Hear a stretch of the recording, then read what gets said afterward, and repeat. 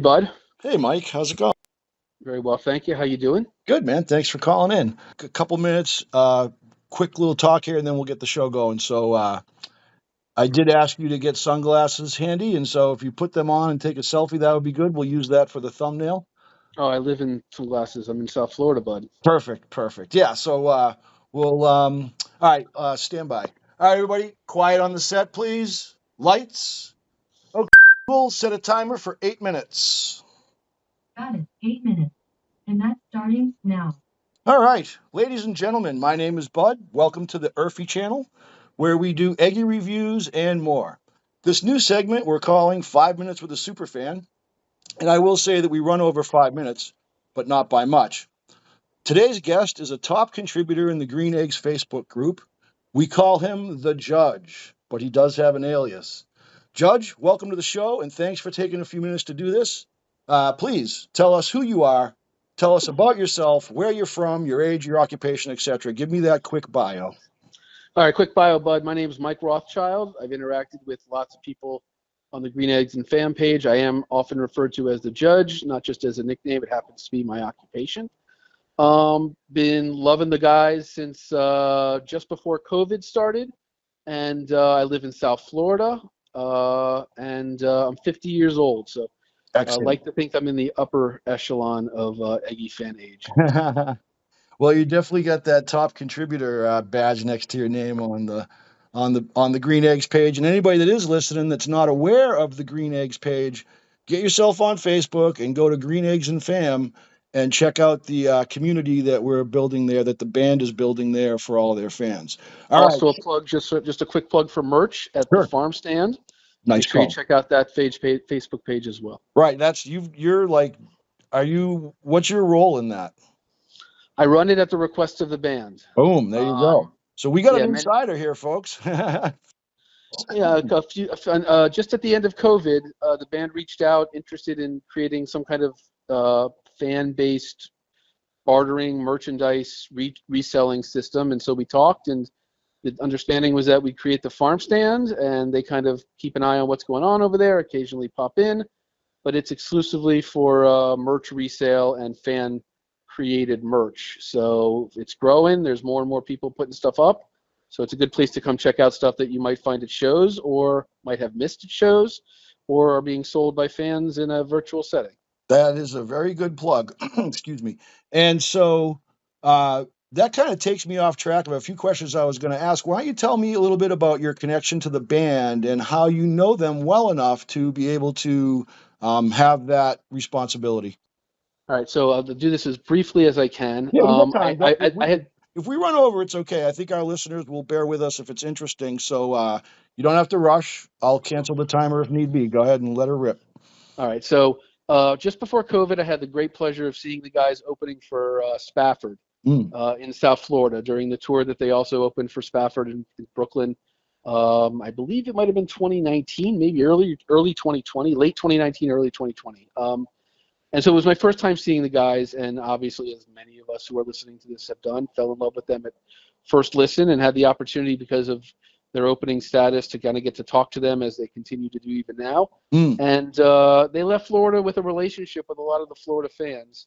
And then COVID hit, and obviously things kind of shut down. And part of the kind of, I guess, currency of the COVID time was the pin game, which I was very heavily involved in since no one was spending money on concert tickets. It seemed like everyone's extra money were going towards, pin-related stuff. Sure. And that was when Danny Steinman's first series of Eggy pins came out. And I had connected with the band over those pins, and that turned into a general collection of all the band's fan and official pins, which I'm proud to maintain up to this day. I also keep a catalog online that you can find if you want to Google that as well. I have. But anyway, that's pretty impressive, I must say. Oh yeah, and so in the course of what was going on during COVID, the band was regularly putting on these shows from the Egg Crate, which was the basement that they were living in, and obviously with COVID stuck in for most of the time. And they were doing basically weekly sets for fans on YouTube and Facebook, and there was a time when they were on Patreon as well. and there wasn't all that many of us watching, to be honest with you. Certainly not the numbers that you see on their streams these days. Right. So the community kind of got to know each other, and the band kind of realized that I was a pin collector, and remembered me from having been at the Florida shows, and we ended up connecting with each other. And then I flew up to see them when they resumed touring after COVID in Fairfield at Soundcheck Studios, and got to meet the family and all the other kind of Northeast old school fan base, and my relationship with the band just grew from there. Nice. That's a really good story, bro. I think a lot of people were kind of curious about how you got to know them, are you family or whatever, right? So that's good. All right, so a little less serious. What song is in your head right now? What lyric is the little brainworm today?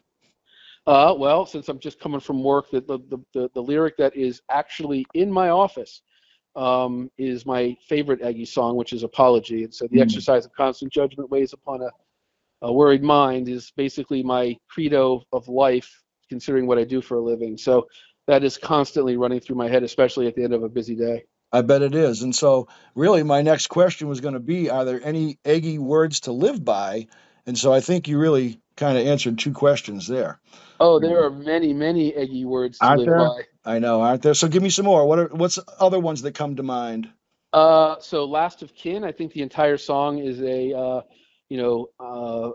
Patrick infused genius of lyrics, and it's especially meaningful for me with my oldest son about to go off to college. Nice. So the entirety of that song, with respect to the relationship between family, is words to live by. Right. Some of the newer stuff, I'm really getting into some of the lyrics from Let Me Let Go. I've been listening to that kind of over and over again since it's just recently released on Nugs. So some of those lyrics have started to kind of resonate a little bit in terms of the obvious emotion the band's been putting into that one. Sure. Yeah, I mean, I think Eggy's writing is a step above a lot of other jam bands, and that's what makes them unique. So yeah, it's lots to live by. Definitely one of the things that drew me in majorly was the gravity of their words and the fact that how do they have so much knowledge and insight in such young minds, right? All right, so is there a song that you feel like was written kind of just for you? No, certainly not. I don't think I have quite the ego I don't mean to deserve that. I don't mean they wrote it for Mike Rothschild, but it fits you, like it's in your DNA, I guess. I would say, again, going back to what Apology, just, I mean, the underlying philosophy of it, I mean, the background of that story, if you haven't realized it by now, is it's coming from, Greek literature and philosophical works. And it's basically a telling of, Greek philosophy and, the apologia.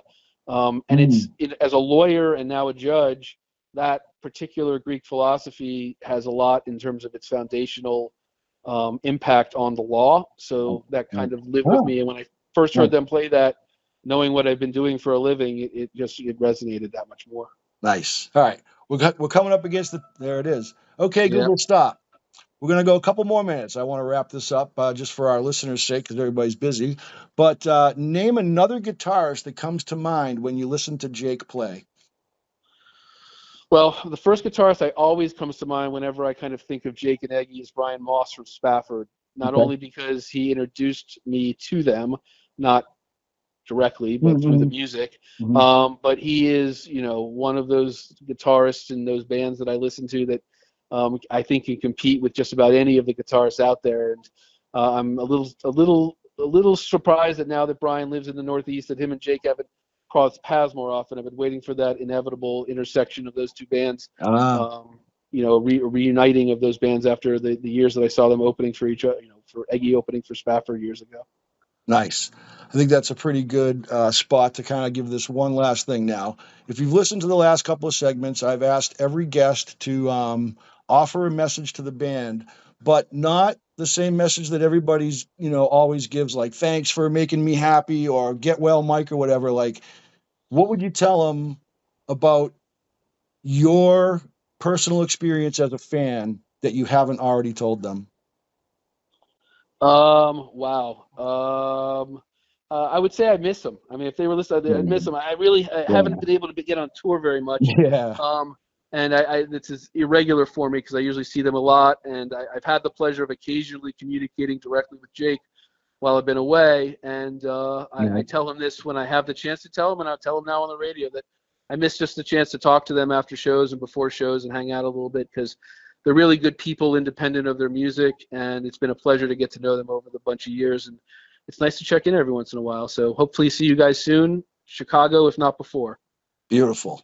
That's a great message. And the band does build a great community, and we all miss you too out there. You know, there's, for people that are listening, I'm in a text group with Mike and about 10 or 12 other fans, or maybe a little bit less, but, and we're all pretty tight, you know, and we really like to see each other at shows. And that goes for everybody that's listening out there. So with that, everybody, thank you for listening.